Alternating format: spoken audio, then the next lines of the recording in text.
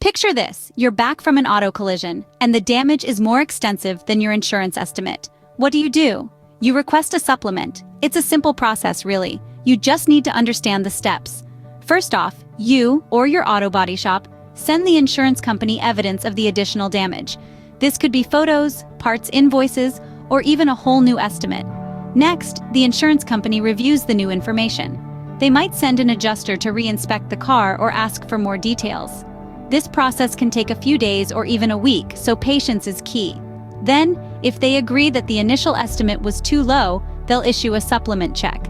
This means more money to cover the repairs your car needs. But remember, not all insurance companies play fair. Some might deny your request or offer less than you deserve. That's when you need a fighter in your corner. And that's where Miracle Body and Paint comes in. We'll fight for you, ensuring every part of your car that was damaged gets repaired. No cutting corners, no leaving you with a half-fixed vehicle. With us, you can return to the road safely. Because at Miracle Body and Paint, we believe in doing things right.